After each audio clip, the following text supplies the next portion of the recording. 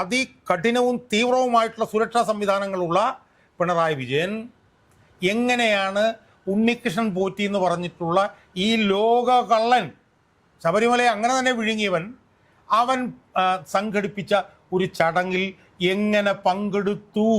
പിന്നെ പോലീസ് എന്ന് പറഞ്ഞു കഴിഞ്ഞാൽ തൻ്റെ ഒരു താൻ പറഞ്ഞാൽ നിൽക്കുകയും ചെയ്യുന്നൊരു ക്രിമിനൽ സംഘമാണ്, ക്രിമിനൽ സംഘമാണ് സർക്കാരിൻ്റെ പോലീസ് സേന എന്നൊരു തോന്നൽ അയാൾക്കുണ്ടായി. ബി ജെ പിയുടെ മുമ്പിൽ ഇപ്പോൾ ബി ജെ പി ഇരിക്കാൻ പറഞ്ഞാൽ കിടക്കുന്ന എന്തിനു വേണ്ടിയിട്ടാണ്? മകളെ രക്ഷപ്പെടുത്താൻ വേണ്ടിയിട്ടാണ്. മനസ്സിലായില്ലേ? പക്ഷേ പിണറായി അധികാരത്തിൽ നിന്ന് പോയാൽ മകൾക്കെതിരായിട്ടുള്ള സമൻസ് വരും, മകൾ കേസിൽപ്പെടും. അപ്പോൾ ഇതെല്ലാം കൂടെ വന്ന് ചിന്തിച്ചിട്ട് അയാളുടെ ഒരു സമനില തെറ്റുന്നൊരു നിലയിലേക്ക് കാര്യങ്ങൾ എത്തിയിരിക്കുന്നു. കാരണം എന്താണെന്ന് വെച്ചാൽ, നമസ്കാരം. അന്തം വിട്ടാൽ പ്രതി എന്തും ചെയ്യും എന്നൊരു പഴഞ്ചൊല്ലി നമ്മൾ കേട്ടിട്ടുണ്ട്. കഴിഞ്ഞ കുറച്ചു കാലങ്ങളായി പിണറായി സർക്കാർ ചെയ്തുകൊണ്ടിരിക്കുന്നതും അതാണ്. ഈ കഴിഞ്ഞ ആഴ്ചയാണ് പാരഡി ഗാനത്തിൽ ഒരു തിരിച്ചടി സർക്കാരിന് നേരിടേണ്ടി വന്നത്. അതിൻ്റെ നാണക്കേട് മാറുന്നതിന് മുൻപ് തന്നെ ഇപ്പോൾ മുഖ്യമന്ത്രിയും ഉണ്ണികൃഷ്ണൻ പോറ്റിയും തമ്മിലുള്ള ചിത്രം പങ്കുവെച്ച കോൺഗ്രസ് നേതാവ് സുബ്രഹ്മണ്യനെ അറസ്റ്റ് ചെയ്തിരിക്കുന്നു എന്നുള്ള വാർത്തയാണ് പുറത്തു വരുന്നത്. ഇത് ഈ ഒരു ചിത്രം പങ്കുവെച്ചത് സുബ്രഹ്മണ്യൻ മാത്രമല്ല, അദ്ദേഹം ഇന്നലെ മാധ്യമങ്ങൾക്ക് മുന്നിൽ പറയുകയും ചെയ്തു, ആധികാരികമായിട്ട് പരിശോധിച്ചുറപ്പിച്ചതിന് ശേഷം തന്നെയാണ് താൻ ആ ചിത്രം പങ്കുവെച്ചത് എന്ന്. ഒരു ചിത്രം പങ്കുവെച്ചതിൻ്റെ പേരിൽ ഇത്തരത്തിൽ അദ്ദേഹത്തിനെതിരെ കേസ് എടുത്ത് അറസ്റ്റ് ചെയ്യുമ്പോൾ അത് ഈ സർക്കാരിനെ വീണ്ടും പ്രതികൂലമായി ബാധിക്കുകയാണെന്ന് ഇവർക്കറിയില്ലേ? അല്ല, ഇതിനകത്തുള്ളൊരു പ്രധാനപ്പെട്ട പ്രശ്നം ഈ പിണറായി വിജയന് സമനില പോയോ എന്നുള്ളതാണ് എനിക്കിതിനകത്തും തോന്നി. ഞാൻ അതിനകത്ത് പിണറായി സർക്കാർ എന്ന് പോലും പറയാൻ ഞാൻ ആഗ്രഹിക്കുന്നില്ല. ഇത് പിണറായി വിജയൻ എന്ന് പറയുന്ന ഒരേ ഒരാൾ കാണിക്കുന്ന ചെറ്റത്തരങ്ങളും വൃത്തികേടുകളും മാത്രമാണ് എന്നുള്ള കാര്യത്തിൽ എനിക്ക് ആ ഒരു തർക്കവുമില്ല. പിണറായി വിജയൻ യഥാർത്ഥത്തിൽ 2021 രണ്ടാമത് ഒരു തവണ അധികാരം കിട്ടിയപ്പം മുതൽ തന്നെ താനാണൊരു അവസാന വാക്കെന്നും താൻ വിചാരിച്ചാൽ എന്ത് നടക്കുമെന്നും ഈ കേരളം തൻ്റെ ഒരു തറവാട്ട് സ്വത്താണെന്നും ഈ കേരളത്തിൻ്റെ ഖജനാവ് ഈ തായ്ക്കണ്ടിൽ തറവാടിൻ്റെ ഖജനാവാണെന്നും ഒക്കെ ഒരു തോന്നൽ 2021 മുതൽ അയാളെ ബാധിക്കുന്നുണ്ട് എന്നാണ് ഒരു രാഷ്ട്രീയ നിരീക്ഷണം എന്നുള്ളതിൽ എനിക്ക് തോന്നിയത്. നമുക്കറിയാം 2021 അയാൾ തിരഞ്ഞെടുപ്പിനെ നേരിടുമ്പോൾ ഒരുപാട് അഴിമതി ആരോപണങ്ങൾ അയാൾക്കെതിരെ ഉണ്ടായിരുന്നു. സാമാന്യം നല്ല രീതിയിൽ പ്രവർത്തിച്ച ഒരു പ്രതിപക്ഷ നേതാവായിരുന്നു രമേശ് ചെന്നിത്തല. ഒരു 6-7 ഓർമ്മയില്ല, നമ്മളിപ്പം സ്വർണ്ണക്കൊള്ളയും ആ സമയത്ത് തന്നെ വന്നു. 2020 സ്വർണ്ണക്കള്ളക്കടത്ത് വന്നത്, കള്ളക്കടത്ത് വന്നു. അതുകൂടാതെ സ്പ്രിംഗ്ലർ അഴിമതി വന്നു, ബെവ്കോ അഴിമതി വന്നു, ആഴക്കടൽ മത്സ്യബന്ധനം വന്നു, ക്യാമറ വിവാദം വന്നു. അല്ല, ക്യാമറ വിവാദം ഈ ഗവൺമെന്റ് വെച്ചു. അപ്പോൾ ഒരു 5-6 അഴിമതികളെങ്കിലും ഉണ്ടായിരുന്നു. ഇപ്പോൾ രമേശ് ചെന്നിത്തല നിലയിൽ പ്രതിപക്ഷ നേതാവ് നല്ല രീതിയിൽ പ്രവർത്തിച്ചു. പക്ഷേ കോവിഡ് വന്നപ്പോൾ പിണറായി വിജയൻ ഒരു അപ്പർ ഹാൻഡായി. ആ തെരഞ്ഞെടുപ്പിൽ അദ്ദേഹം ജയിച്ച് കഴിഞ്ഞപ്പോൾ മുതൽ തന്നെ പിണറായി വിജയന് താനാണ് ഒരു അവസാന വാക്ക് എന്നുള്ളൊരു തോന്നൽ അയാളുടെ മനസ്സിലേക്ക് കയറി വന്നു. നമുക്കറിയാലോ, ഒന്ന് നമ്മൾ കഴിഞ്ഞ വീഡിയോയിൽ പറഞ്ഞ പോലെ 75 വയസ്സ് കഴിഞ്ഞവരെ അയാൾ മാറ്റി, 2 ടേമിൽ മത്സരിച്ച് കഴിഞ്ഞവരെ അയാൾ മാറ്റി. അതുപോലെ തന്നെ അയാളുടെ മരുമകനെ കൊണ്ടുവന്നു, മന്ത്രിസ്ഥാനം കൊടുത്തു. അയാൾക്ക് കൊണ്ടുവന്ന് മന്ത്രിസ്ഥാനം കൊടുത്തു. അയാൾക്ക് ഇഷ്ടമുള്ളവരെയെല്ലാം മന്ത്രിമാരാക്കി. പാർട്ടിയുടെ അധികാരവും പരിപൂർണമായി അയാൾ പിടിച്ചടക്കി.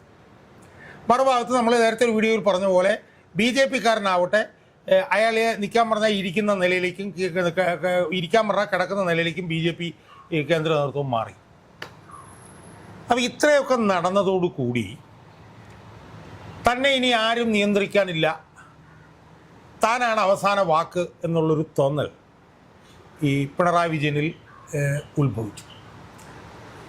അതിൻ്റെ ഒരു പ്രതിഫലനമാണ് കഴിഞ്ഞ എനിക്കൊന്ന് 2-3 വർഷക്കാലമായിട്ട് നമ്മൾ കാണുന്നത്. അപ്പോൾ നമ്മൾ ഈ തെരഞ്ഞെടുപ്പിന് മുമ്പ് തന്നെ വന്ന നവകേരള സദസ്സ് ഓർമ്മയില്ല? നവകേരള സദസ്സിനെതിരെ പ്രതിഷേധിച്ച യൂത്ത് കോൺഗ്രസ് പിള്ളേരുടെ തലയടിച്ച് പൊട്ടിച്ചപ്പോൾ ജീവൻ രക്ഷാപ്രവർത്തനമാണ് എന്ന് പറഞ്ഞ ആ ഒരു രീതിയിലേക്ക് വരെ ന്യായീകരിച്ച ഒരു മനോനില അദ്ദേഹത്തിനുണ്ടായി. മനോനില ഉണ്ടായി. പിന്നെ പോലീസ് എന്ന് പറഞ്ഞു കഴിഞ്ഞാൽ തൻ്റെ താൻ പറഞ്ഞാൽ നിൽക്കുകയും ചെയ്യുന്നൊരു ക്രിമിനൽ സംഘമാണ്, ക്രിമിനൽ സംഘമാണ് സർക്കാരിൻ്റെ പോലീസ് സേന എന്നൊരു തോന്നൽ അയാൾക്കുണ്ടായി. അതിൽ തെറ്റ് പറയാൻ കഴിയില്ല. കാരണം ഷാഫി പറമ്പലിനെ തല്ലിയ അഭിലാഷ് ഡേവിഡിനെ പുറത്താക്കി എന്നുള്ള വാർത്തയാണ് നമ്മൾ അറിഞ്ഞിരുന്നത്. പക്ഷേ അയാളെ തിരിച്ചെടുത്തു എന്നുള്ള വാർത്ത അറിയുന്നത് ഷാഫി പറമ്പിലിനെ തല്ലിയതിന് ശേഷം അദ്ദേഹം പങ്കുവെച്ച ഫേസ്ബുക്ക് കുറിപ്പിലൂടെയാണ് നമ്മൾ ഈ കാര്യം അറിയുന്നത്. അപ്പോൾ അത്തരത്തിലുള്ള ക്രിമിനൽ ആക്ടിവിറ്റീസ് ചെയ്യുന്ന ആൾക്കാരെയാണ് സംരക്ഷിക്കുന്നത്. എന്നാൽ നിസ്സാര കാരണങ്ങളുടെ പേരിൽ അഴിമതി തുറന്ന് കാണിച്ചു അങ്ങനെയുള്ള ചെറിയ പേരിൽ ഒരുപാട് ഉദ്യോഗസ്ഥരെ പുറത്താക്കിയിട്ടുണ്ട്. അപ്പോൾ പോലീസ് എന്ന് പറയുന്ന ക്രമസമാധാന പാലന ചുമതലയുള്ള സംവിധാനത്തിനെ തൻ്റെ സ്വാർത്ഥ താല്പര്യങ്ങൾക്ക് വേണ്ടി ഉപയോഗിക്കുന്ന ഒരു സേനയാക്കി അയാൾ അതിനെയൊന്നും മാറ്റി. ഇപ്പോൾ പാർട്ടിക്കാരുമായി ബന്ധപ്പെട്ടുകൊണ്ട് പോലീസുമായി ബന്ധപ്പെട്ട എന്തെങ്കിലും വിഷയം വന്നു കഴിഞ്ഞാൽ അത് പരിപൂർണമായും പാർട്ടിക്കാരുടെ താല്പര്യത്തിനനുസൃതമായി പെരുമാറിക്കൊള്ളണം എന്ന് പോലീസിന് നിർദ്ദേശം കൊടുക്കുന്നു. ഇപ്പോൾ പിന്നെ പാർട്ടി നേതാക്കന്മാരുമായി ബന്ധപ്പെട്ട് പോലീസിന് എന്തെങ്കിലും കേസ് വന്നു കഴിഞ്ഞാൽ പോലീസ് സ്റ്റേഷനിൽ വന്ന് CPM-കാർ എന്ത് ചെറ്റത്തരം കാണിച്ചിട്ട് പോയി കഴിഞ്ഞാലും ആ CPM-കാർക്ക് അനുകൂലമായി പ്രവർത്തിക്കാനുള്ള ഒരു സ്റ്റാൻഡിങ് ഓർഡർ അയാൾ പോലീസിന് കൊടുക്കുന്നു. ആ നിലയിൽ ക്രമസമാധാന പാലന ചുമതലയുള്ള പോലീസ് അയാളുടെ വെറും ഏറാൻ മൂളികളായി പ്രവർത്തിക്കുന്നു.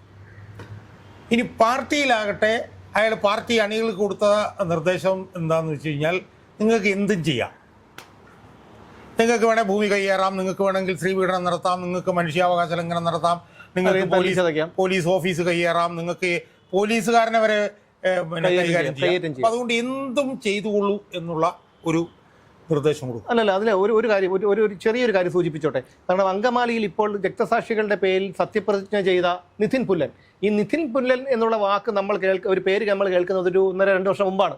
അതെന്താണെന്ന് ചോദിച്ചാൽ അങ്കമാലി പോലീസ് സ്റ്റേഷനിലെ പോലീസ് വാഹനത്തെ പരസ്യമായി നാട് റോഡിൽ തല്ലി തകർത്ത കേസിലാണ്. അന്ന് അജിതാബീഗമാണെന്ന് തോന്നുന്നു അവിടുത്തെ DCP. അവരുടെ ഒരൊറ്റ ആർജവം കൊണ്ട് കാപ്പ ചുമത്തി നാട് കടത്തപ്പെട്ട പ്രതിയാണ് ഇന്ന് CPM-ന്റെ ടിക്കറ്റിൽ മത്സരിച്ച് രക്തസാക്ഷികളുടെ പേരിൽ സത്യപ്രതിജ്ഞ ചെയ്തത്.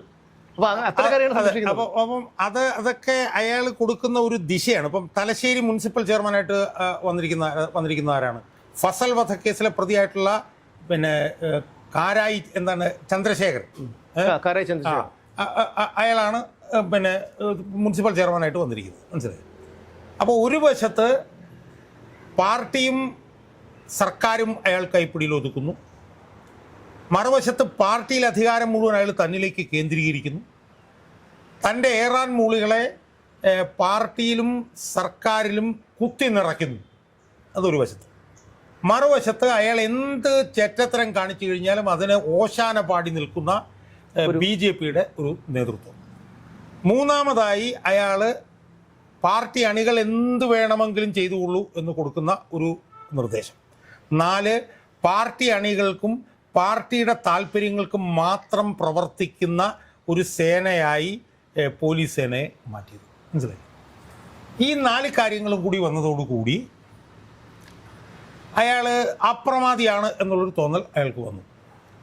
അതിന് സമാന്തരമായി സംഭവിച്ചെന്താ? അതിന് സമാന്തരമായി അപ്പുറത്ത് സംഭവിച്ചെന്ന് പറഞ്ഞാൽ പ്രതിപക്ഷം എന്ന് പറയുന്നത് ചരിത്രത്തിൽ ആദ്യമായി ഏതാണ്ട് ഒരു ഇല്ലാത്ത സംവിധാനം എന്നുള്ള നിലയിലേക്ക് പോയി. കാരണം വെച്ചാൽ നമ്മൾ ഇപ്പോൾ ക്രിയാത്മകമല്ലാത്ത പ്രതിപക്ഷത്തിന് നമ്മൾ കണ്ടിട്ടുണ്ട്. ഇപ്പോൾ ഉമ്മൻചാണ്ടിയുടെ കാലഘട്ടത്തിലൊന്നും അത്ര ക്രിയാത്മകമായിരുന്നില്ല. കാര്യക്ഷമമായിട്ടുള്ള പ്രതിപക്ഷം നമ്മൾ അച്യുതാനന്ദൻ തരുന്ന സമയത്ത് കണ്ടു. പക്ഷേ ഇപ്പോൾ ഉള്ളതുപോലെ പ്രതിപക്ഷം എന്ന് പറഞ്ഞൊരു സംവിധാനം ഉണ്ടോ ഇല്ലയോ എന്ന് പോലും മനസ്സിലാക്കാൻ കഴിയാത്ത നിലയിലേക്ക് അത് ഷണ്ഡീകരിക്കപ്പെട്ടു, അത് നിർജീവമാക്കപ്പെട്ടു, അത് ജീർണിക്കപ്പെട്ടു. അപ്പം ഇതെല്ലാം കൂടി വന്നതോടുകൂടി പിണറായി വിജയൻ ഒരു ടേമും കൂടെ അങ്ങ് ഉറപ്പിച്ചു. കാരണം പാർട്ടി തൻ്റെ കയ്യിൽ, ഭരണം തൻ്റെ കയ്യിൽ, പോലീസ് തൻ്റെ കയ്യിൽ, BJP തൻ്റെ കയ്യിൽ, ഇതെല്ലാം കൂടെ വന്നുകൂടി സ്വാഭാവികമായി ഇതെല്ലാം കൂടി വരുമ്പോൾ അടുത്ത ഒരു ടേം ഉറപ്പാണ് എന്ന് ഏത് ഭരണാധികാരിക്കും വേണം ചിന്തിക്കാവുന്നേ ഉള്ളൂ. അയാൾ അങ്ങനെ ചിന്തിച്ചെങ്കിൽ അയാളെ ഞാൻ അതിനെ കുറ്റപ്പെടുത്തുന്നില്ല. കാരണം ഇത്രയും സംവിധാനങ്ങൾ വന്നു. ഇനി കോൺഗ്രസിനകത്താണെങ്കിൽ അതിഭീകരമായിട്ടുള്ള തമ്മിലടി. അപ്പോൾ അദ്ദേഹം അങ്ങനെ വിചാരിച്ചു. അങ്ങനെ പിന്നെ ആവുന്ന ആ ഒരു പ്രക്രിയ ഉറപ്പിക്കാൻ വേണ്ടി അയാൾ ഒരു സോഷ്യൽ എഞ്ചിനീയറിങ്ങിലേക്ക് മാറി. കാരണം ഒരു 40-40% CPM വോട്ട് തൻ്റെ കക്ഷത്തിലുണ്ടല്ലോ. അതിൻ്റെ കൂട്ടത്തിൽ ഈഴവരെ പിടിക്കുക, നായരെ പിടിക്കുക, പിന്നോക്കക്കാരെ പിടിക്കുക, ഇവരെ എല്ലാവരെയും കൂടെ പിടിക്കുകയും അതിൻ്റെ കൂട്ടത്തിൽ തൻ്റെ പെട്ടിയിലുള്ള ഈ 40-45% വരുന്ന ഈ വോട്ട് ഉറപ്പിക്കുകയും കൂടെ ചെയ്താൽ തനിക്ക് സ്വാഭാവികമായും അടുത്തൊരു ടേമും കൂടി ലഭിക്കും എന്നുള്ള നിലയിലേക്ക് അയാൾ മാറി. അതിനുള്ള പ്രവർത്തനം നടക്കുമ്പോഴാണ് നിർഭാഗ്യവശാൽ തികച്ചും അപ്രതീക്ഷിതമായി പഞ്ചായത്ത് തിരഞ്ഞെടുപ്പിൽ സമഗ്രമായ ഒരു തിരിച്ചടിയിലേക്ക് പോകുന്നു. ചെറിയ തിരിച്ചടിയല്ല, സമഗ്രമായിട്ടുള്ള തിരിച്ചടി, എല്ലാ തട്ടിലുമുള്ള തിരിച്ചടി. ഇത് നമ്മൾ നേരത്തെ ചർച്ച ചെയ്തതുപോലെ പരമാവധി ചിലപ്പോൾ ഒരു 50% വരെ UDF വരാം, എന്നാൽ അതിനപ്പുറത്തേക്ക് UDF പോകാൻ ഒരു സാധ്യതയില്ല. കാരണം എന്താണ്? കാരണം അയാളെ ചിന്തിച്ചാൽ തെറ്റില്ല. കാരണം എന്താ? അടിത്തട്ടിൽ കോൺഗ്രസ് ഇല്ല, 50% സ്ഥലത്തും ബൂത്ത് കമ്മിറ്റി പോലും ഇല്ല. കോൺഗ്രസ് എന്താണ് അതിഭീകരമായിട്ടുള്ള തമ്മിലടി. എന്നാൽ മറുഭാഗത്ത് കഴിഞ്ഞ 2 ടേമിൽ പിന്നെ എല്ലാ പഞ്ചായത്തിൻ്റെ എല്ലാ തലത്തിലും CPM-നായിരുന്നു ഭൂരിപക്ഷം എന്നുള്ളത് കൊണ്ട് അവരുടെ അടിത്തട്ടിലെ സംവിധാനങ്ങൾ സുസജ്ജമായിട്ട് അയാൾക്ക് തോന്നി. അപ്പം അടിത്തട്ടിൽ CPM-ന് സുസജ്ജമായിട്ടുള്ള സംഘടനാ സംവിധാനം, അടിത്തട്ടിൽ കോൺഗ്രസിന് സംവിധാനം ഇല്ല. അതോടൊപ്പം തന്നെ 2 ടേമിലെ ഭരണം, പിന്നെ ഈ പറഞ്ഞ പോലെ 15,000 കോടി രൂപയുടെ ആനുകൂല്യങ്ങൾ പ്രഖ്യാപിക്കുന്നു. അപ്പോൾ ഇതിൻ്റെയൊക്കെ അടിസ്ഥാനത്തിൽ എങ്ങനെ വന്നാലും ഒരു 50% തങ്ങൾക്ക് എന്ന് വിചാരിച്ചു. പക്ഷേ എന്താ സംഭവിച്ചത്? ഞാൻ നേരത്തെ സൂചിപ്പിച്ച പോലെ സമഗ്രമായിട്ടുള്ള പരാജയം, തിരിച്ചടി ഉണ്ടായി. ഇത് പിണറായി വിജയനെ സംബന്ധിച്ചിടത്തോളം പിണറായി വിജയൻ സ്വപ്നത്തിൽ ചിന്തിച്ചിരുന്നതല്ല. ഇതിനകത്തുള്ള പ്രശ്നം എന്താണ്? പ്രശ്നം എന്ന് പറഞ്ഞാൽ ഒരു പാവപ്പെട്ട ചെത്തുകാരൻ്റെ മകൻ, കോരൻ്റെ മകൻ, രാഷ്ട്രീയത്തിൽ സംഘടനാ പാഠവമോ അല്ലെങ്കിൽ ബുദ്ധിശക്തിയോ അല്ലെങ്കിൽ ഭരണ പാഠവമോ ഇതൊന്നുമില്ലാത്ത ഒരു ബിലോ ആവറേജ് രാഷ്ട്രീയ നേതാവ്. ഇപ്പം ഞാൻ പറഞ്ഞപ്പോൾ നായനാർ എന്ന് പറഞ്ഞാൽ അതുല്യനായിട്ടുള്ള സംഘാടകൻ, ഭരണകർത്താവ്, VS എന്ന് പറഞ്ഞു കഴിഞ്ഞാൽ വലിയൊരു അഴിമതി വിരുദ്ധ പോരാട്ടക്കാരൻ, സംഘാടകൻ, അങ്ങനെയൊക്കെ ഉള്ള ഇപ്പം പിന്നെ കൊടിയേരി ബാലകൃഷ്ണൻ പോലും ഇതിനേക്കാൾ വളരെ ഭേദമായിരുന്നു എല്ലാ വിഭാഗങ്ങളും. ഇതൊന്നുമില്ലാത്ത ഒരു മനുഷ്യനാണ് പിണറായി വിജയൻ. അയാൾക്ക് ഒരു വിധത്തിലുള്ള ക്വാളിറ്റിയും അയാൾക്കുണ്ടെന്ന് നമ്മൾ പറഞ്ഞു കിട്ടില്ല. അയാൾക്ക് ആകെപ്പാടെ ഉണ്ടെന്ന് പറഞ്ഞ ക്വാളിറ്റി അഴിമതി നടത്താനുള്ള ഒരു അഹങ്കാരം, അതൊക്കെ പുള്ളിയുടെ ഒരു മുഖമുദ്രയാണ്. അതെ. അപ്പം അങ്ങനെയൊന്നും ഇല്ലാത്ത ഒരാൾക്ക് അയാൾ നോക്കുമ്പോഴത്തേക്ക് 10 വർഷമൊക്കെ ഭരണം കിട്ടി. മനസ്സിലായി? അപ്പോൾ എനിക്ക് 10 വർഷം ഭരണം കിട്ടി, പാർട്ടി എൻ്റെ കയ്യിൽ, സർക്കാരിൻ്റെ കയ്യിൽ, എനിക്കൊരു വെല്ലുവിളിയില്ല. സ്വാഭാവികമായും ഏതാണ്ട് 3-ാം ടേം 150% ഉറപ്പായി എന്ന് ചിന്തിച്ചുറച്ച് വിശ്വസിച്ച് അർമാദിച്ചിരിക്കുമ്പോഴാണ് എടുത്ത് തലകുത്തി മറിഞ്ഞു പോകുന്നത്. അതാണ് ഞാൻ പറഞ്ഞത്. 1 കോടി രൂപ നമുക്കൊരു 5 മിനിറ്റ് 10 മിനിറ്റ് കഴിയുമ്പോൾ കിട്ടും എന്നും പറഞ്ഞ് നമ്മളിരിക്കുക. ആ 1 കോടി രൂപ കൊണ്ട് ഒരുപാട് കാര്യങ്ങൾ ചെയ്യണമെന്ന് പറഞ്ഞിരിക്കുക. ഈ 10 മിനിറ്റ് കഴിയുമ്പോൾ നമ്മൾ അറിയുക 1 കോടി നമുക്ക് കിട്ടിയെന്നുള്ളതല്ല, നമ്മളൊരു 25 ലക്ഷം അങ്ങോട്ട് കൊടുക്കേണ്ടി വരും. ആ ഒരു മാനസികാവസ്ഥ വന്നു. ഇനി എന്തെങ്കിലുമൊക്കെ ചെയ്ത് അധികാരത്തിലേക്ക് തിരിച്ചു വരാനുള്ള സമയവുമില്ല. 2-3 മാസങ്ങൾ മാത്രമാണ് തെരഞ്ഞെടുപ്പ് പെരുമാറ്റച്ചട്ടം നിലവിൽ വരും. എന്ന് മാത്രമല്ല, ശബരിമല പെരുങ്കൊള്ള വിഷയമൊക്കെ കൂടുതൽ രൂക്ഷമാവും. CPM-ന്റെ അണികൾ തന്നെ വലിയ തിരിഞ്ഞു എന്നുള്ള ബോധ്യമായി. അപ്പോൾ ഇതൊക്കെ വന്നപ്പോഴത്തേക്ക് എന്താ മനസ്സിലായത്? രക്ഷയില്ല. പക്ഷെ അതുമായിട്ട് ഇംഗ്ലീഷിൽ പറഞ്ഞാൽ നമ്മൾ റീകൺസൈൽ ചെയ്യാൻ പറ്റുന്നില്ല. എന്ന് പറഞ്ഞു കഴിഞ്ഞാൽ ഞാനിപ്പോൾ പരീക്ഷ എഴുതി, പരീക്ഷയ്ക്ക് ഞാൻ തോറ്റു, എനിക്കങ്ങോട്ട് വിശ്വസിക്കാൻ പറ്റുന്നില്ല. ഞാൻ അങ്ങനെ തോറ്റു, കാരണം ഞാൻ ജയിക്കുമെന്ന് വിചാരിച്ചിരിക്കുകയായിരുന്നു. മനസ്സിലായില്ല? എനിക്ക് ഫസ്റ്റ് ക്ലാസ് കിട്ടുമെന്ന് വിചാരിച്ചിരിക്കും, ഞാൻ അങ്ങനെ തോറ്റു എന്ന് പറഞ്ഞ പോലെ എനിക്ക് അങ്ങോട്ട് വിശ്വസിക്കാൻ കഴിയുന്നില്ല എന്ന് പറഞ്ഞതുപോലെ. ഇപ്പം ഞാൻ പറഞ്ഞു, ഇപ്പം 2016 തെരഞ്ഞെടുപ്പിൽ 40 സീറ്റിലേക്ക് ഒതുങ്ങി ഉമ്മൻചാണ്ടി. തോറ്റു കഴിഞ്ഞ് 2 ദിവസം കഴിഞ്ഞിട്ട് എന്നെ ഒന്ന് കാണണമെന്ന് പറഞ്ഞ് വിളിച്ചു. ഞാൻ ചെന്നു, എന്നോട് ചോദിച്ചു, എന്നോട് ഷാജാന എന്നാലും അതെങ്ങനെയാണ് ഷാജാന ഞാൻ 40 സീറ്റ് ഒതുങ്ങിപ്പോയി? ഞാൻ എന്താണ് ഇനി ചെയ്യാനുണ്ടായിരുന്നത് ജനങ്ങൾക്ക് വേണ്ടി? ഞാനത് മുഴുവൻ ജനങ്ങൾക്ക് വേണ്ടി ചെയ്തതാണല്ലോ. 1 രൂപയ്ക്ക് അരി കൊടുത്തു, എന്തുമാത്രം ക്ഷേമപ്രവർത്തനം. എന്നിട്ട് എങ്ങനെ 40 സീറ്റിലേക്ക് ഒതുങ്ങി എന്നുള്ളത് ഉമ്മൻചാണ്ടിക്ക് അത് ഉൾക്കൊള്ളാൻ പറ്റും എന്ന് പറഞ്ഞതുപോലെയാണ് പിണറായി വിജയൻ ഇതങ്ങോട്ട് ഉൾക്കൊള്ളാൻ പറ്റുന്നില്ല. ഇനി പിണറായി വിജയൻ്റെ ഒരു വലിയ പ്രശ്നം വെച്ചാൽ ഇനി ഇതില്ലാതെ ഇനി കിയാ കാറും പിന്നെ ഈ സൗകര്യങ്ങളും പോലീസുകാർ വരുമ്പോഴത്തേക്കും ഞാൻ ഇയാളെ കുറിച്ചിട്ട് കേട്ടിട്ടുണ്ട്, ബാലകൃഷ്ണപിള്ളയെ കുറിച്ചിട്ട്. ബാലകൃഷ്ണപിള്ള ദീർഘകാലം മന്ത്രിയായിരുന്നല്ലോ, കഴിഞ്ഞ മന്ത്രിസ്ഥാനം പോയി. ഒരു ദിവസം രാവിലെ എഴുന്നേറ്റിട്ട് നേരെ വണ്ടി എടുത്ത് സെക്രട്ടേറിയറ്റിലേക്ക് പാഞ്ഞു. കാരണം അയാൾക്ക് വിഭ്രാന്തി അതില്ല. അപ്പൊ എന്ന് പറഞ്ഞ പോലെ പിണറായി വിജയൻ ഒരു സംശയം ചോദിച്ചോട്ടെ, അതായത് ഉമ്മൻചാണ്ടിക്ക് അങ്ങനെ ഒരു ആശങ്ക തോന്നിയതിൽ നമുക്ക് അത്ഭുതമില്ല. കാരണം അദ്ദേഹം ജനങ്ങൾക്ക് വേണ്ടി ഒരുപാട് നല്ല കാര്യങ്ങൾ ചെയ്ത ഒരാളാണ്. അദ്ദേഹത്തിന് ജനങ്ങൾക്കെല്ലാം ആ രീതിയിൽ തന്നെ ഇഷ്ടമായിരുന്നു. അതുകൊണ്ട് തന്നെ ഉമ്മൻചാണ്ടിക്ക് അത്തരം ഒരു സംശയം തോന്നിയതിൽ അത്ഭുതമില്ല. പക്ഷെ പിണറായി വിജയന് ഉള്ളിന്റെ ഉള്ളിൽ അറിയാം നമ്മൾ ചെയ്തുകൊണ്ടിരിക്കുന്ന കാര്യം. ഞാൻ ആ ഒരു അർത്ഥത്തിലല്ല പറഞ്ഞു കഴിഞ്ഞാൽ ഈ ഉമ്മൻചാണ്ടിക്ക് തോന്നിയ ആ ഒരു വികാരം കാരണമല്ല ഞാൻ പറഞ്ഞു. ജയിക്കൊന്ന് 100% ഉറപ്പായിരുന്നു. തോറ്റു കഴിഞ്ഞപ്പോൾ ഉണ്ടായ ഒരു അവിശ്വസനീയ എന്തോരു എന്ന് പറഞ്ഞതുപോലെ പിണറായി വിജയനെ സംബന്ധിച്ചിടത്തോളം ഒരു കാരണവശാലും ഇത് സംഭവിക്കില്ല എന്നുള്ളതായിരുന്നു. എന്ന് മാത്രമല്ല, ഇപ്പം ഞാൻ പറഞ്ഞില്ലേ, പിണറായി വിജയൻ എന്ന് പറഞ്ഞ മനുഷ്യൻ, ആ മനുഷ്യൻ്റെ സാമൂഹിക പശ്ചാത്തലം നമ്മൾ നോക്കണം. വളരെ ദരിദ്രമായിട്ടുള്ള കുടുംബ പശ്ചാത്തലത്തിൽ നിന്ന് വന്ന ഒരു ബിലോ ആവറേജ് നേതാവാണ് അയാൾ. അതാ ഞാൻ പറഞ്ഞത്. ഇപ്പം ഉമ്മൻചാണ്ടി എന്ന് പറഞ്ഞാൽ അതുല്യനായ സംഘാടകനായിരുന്നു. അച്യുതാനന്ദൻ എന്ന് പറഞ്ഞാൽ അതുല്യനായ സംഘാടകനായിരുന്നു, ഭയങ്കര അഴിമതി വിരുദ്ധ പോരാട്ടം. അങ്ങനത്തെ ഒന്നും ഇയാളുടെ ഇല്ല. ഇയാളെ 1998 VS അച്യുതാനന്ദൻ കൈപിടിച്ച് കൊണ്ടുവന്ന് വെച്ചില്ലായിരുന്നെങ്കിൽ ഇയാൾ ഒരു ചുക്കും ഒരു പുല്ലും ആകത്തില്ലായിരുന്നു. അങ്ങനെയുള്ളൊരു മനുഷ്യന് സ്വാഭാവികമായും 10 വർഷത്തിൽ എന്ന് പറഞ്ഞ് ഒരു സ്ഥാനത്തേക്ക് വരും എന്ന് വിശ്വസിക്കാത്ത ഒരാൾ ആ സ്ഥാനത്ത് വന്ന് 10 വർഷം ഇരുന്ന് കഴിഞ്ഞാലുണ്ടല്ലോ, അയാൾ പിന്നെ ഒരു 100 വർഷം ആ സ്ഥാനത്തേക്ക് ഇരിക്കും എന്നുള്ള ഒരു മനോനില അയാൾക്കും. അങ്ങനെ വന്ന് പോയി. ഇനി ഒന്നും ചെയ്യാൻ പറ്റില്ല. ഇനി 3-4 മാസം കഴിയുമ്പോൾ പിണറായിലേക്ക് പോകണം എന്നൊക്കെ നമ്മൾ പറയുന്നതൊക്കെ അയാൾക്ക് അങ്ങ് ഭയങ്കരമായിട്ട് അയാളെ ബാധിച്ചുകൊണ്ടിരിക്കുകയാണ്. കാരണം പിണറായിലേക്കൊന്നും ഇല്ലാതെ പോകുന്നത് അയാൾക്ക് ചിന്തിക്കാൻ പറ്റില്ല. അധികാരമില്ലെങ്കിൽ പിന്നെ ആര് ഒരാൾ പോലും. 1. 2, അധികാരമില്ലെങ്കിൽ CPM-നകത്ത് എല്ലാവരും ചവിട്ടിക്കൂട്ടും. കാരണം ഈ ഗതിയാക്കിയത് അദ്ദേഹമാണെന്ന് അവർക്കറിയാം. അല്ല, ഞാൻ പറഞ്ഞത് CPM-ന്റെ ഒരു രീതി എന്ന് പറയുന്നത് അധികാരം ഉണ്ടെങ്കിൽ എല്ലാവരും കൂടെ നിൽക്കും, അധികാരം ഇല്ലെങ്കിൽ എല്ലാവരും ചവിട്ടിക്കൂട്ടും. അതെ. ഇപ്പോൾ VS അച്യുതാനന്ദൻ്റെ കാര്യത്തിൽ പോലും അതാണ് സംഭവിച്ചത്. അധികാരത്തിൽ നിന്ന് പോയപ്പോൾ എല്ലാവരും ഒറ്റപ്പെടുത്തി. പക്ഷെ പിണറായിക്കുള്ളൊരു പ്രശ്നം എന്താണ്? പിണറായി വിജയനുള്ളൊരു പ്രശ്നം വെച്ചാൽ അധികാരത്തിന് പോയാൽ ഒറ്റപ്പെടുമെന്ന് മാത്രമല്ല, അധികാരം പോയാൽ പിന്നെ കേസുകൾ ഉയർന്നു വരും. അതെ, അച്യുതാനന്ദനെ സംബന്ധിച്ചുള്ള അദ്ദേഹത്തിന് കേസുകളില്ല, ആ പ്രശ്നങ്ങളില്ലായിരുന്നു. പിണറായിക്കെതിരെ കേസ് കിടക്കുന്നു, മകൾക്ക്.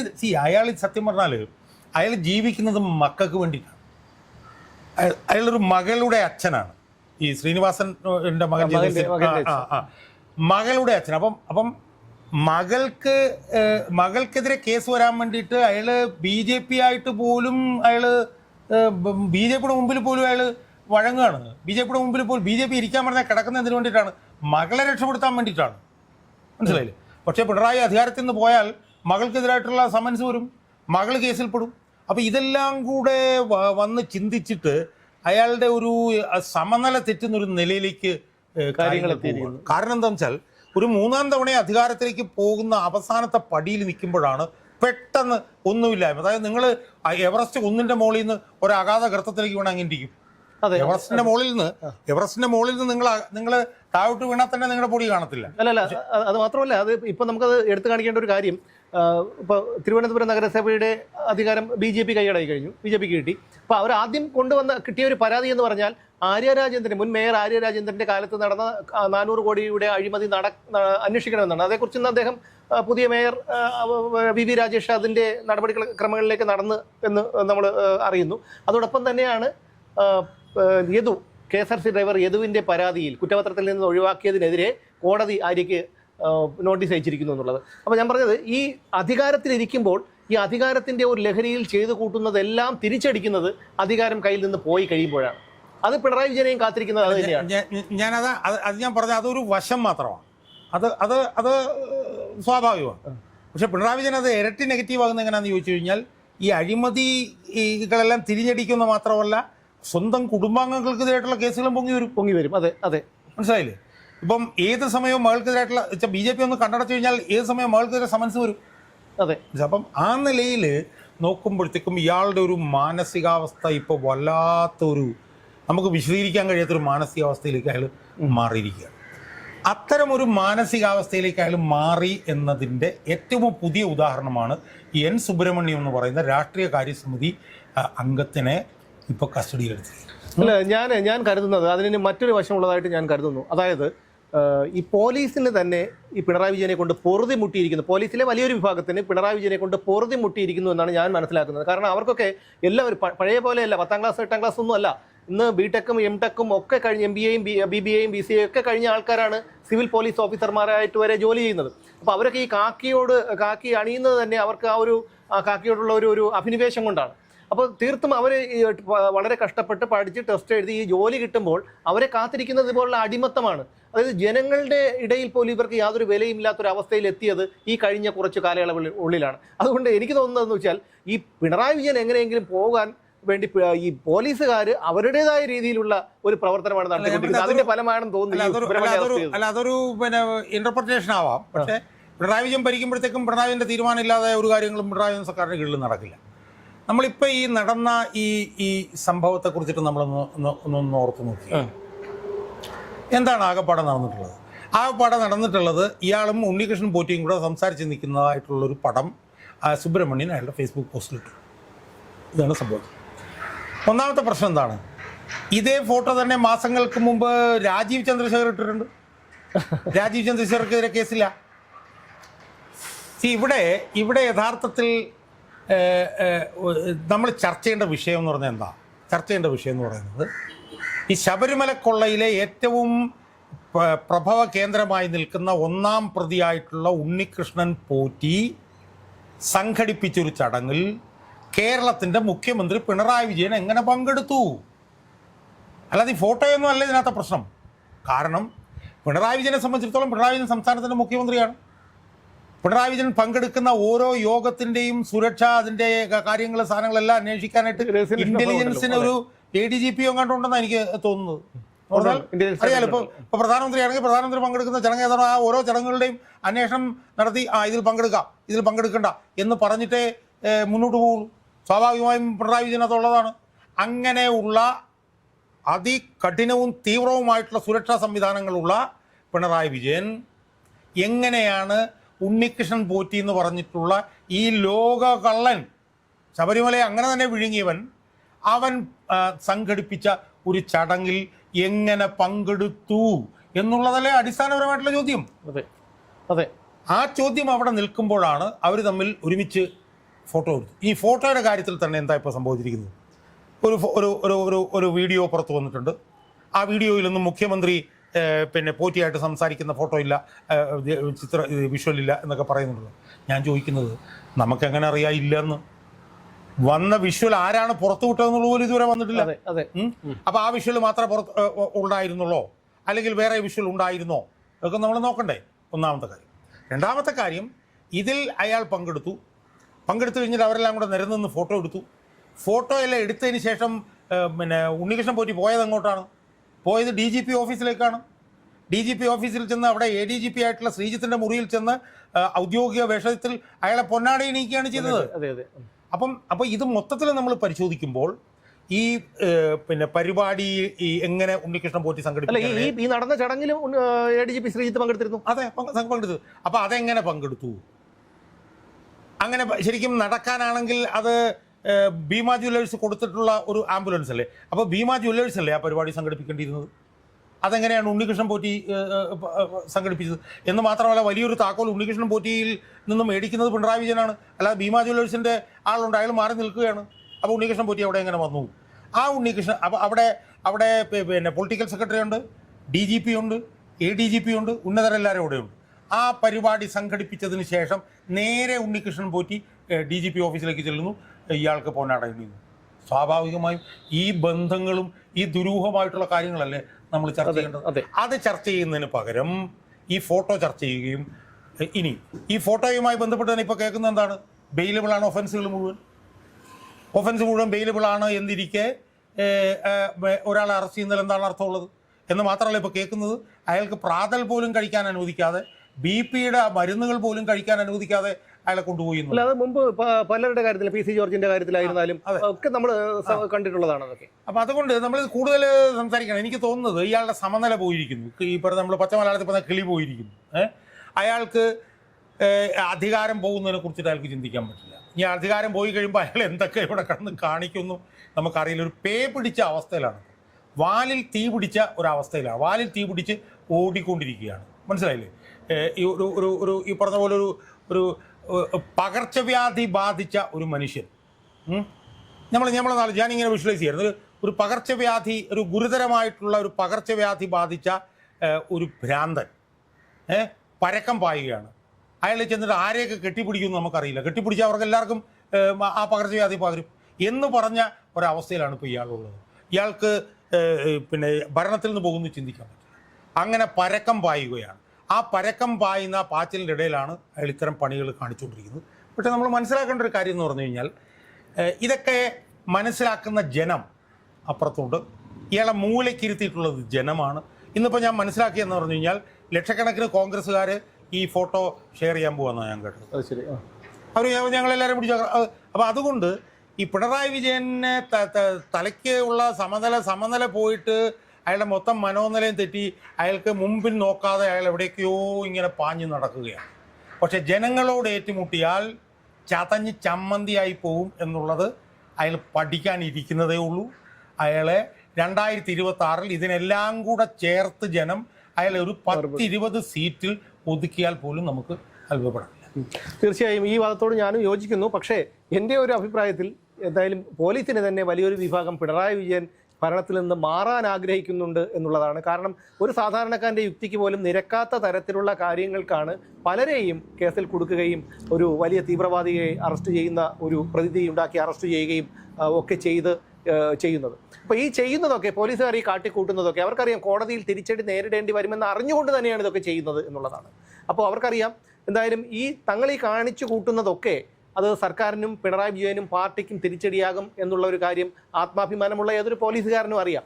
അപ്പോൾ അതുകൊണ്ട് തന്നെ ആ കണക്കിലും നമുക്ക് തന്നെ വ്യാഖ്യാനിക്കാം. എന്തായാലും പിണറായി വിജയൻ ഇപ്പോൾ ഈ കാണിച്ചത് പോലും കഴിഞ്ഞ ഈ പാരഡി സംഭവവുമായി ബന്ധപ്പെട്ട് എടുത്ത ഒരു കേസ് പോലെ അവഹേളിതനാകാനുള്ള ഒരു ശ്രമം കൂടിയാണ് എന്ന് മാത്രമേ പറയാനുള്ളൂ.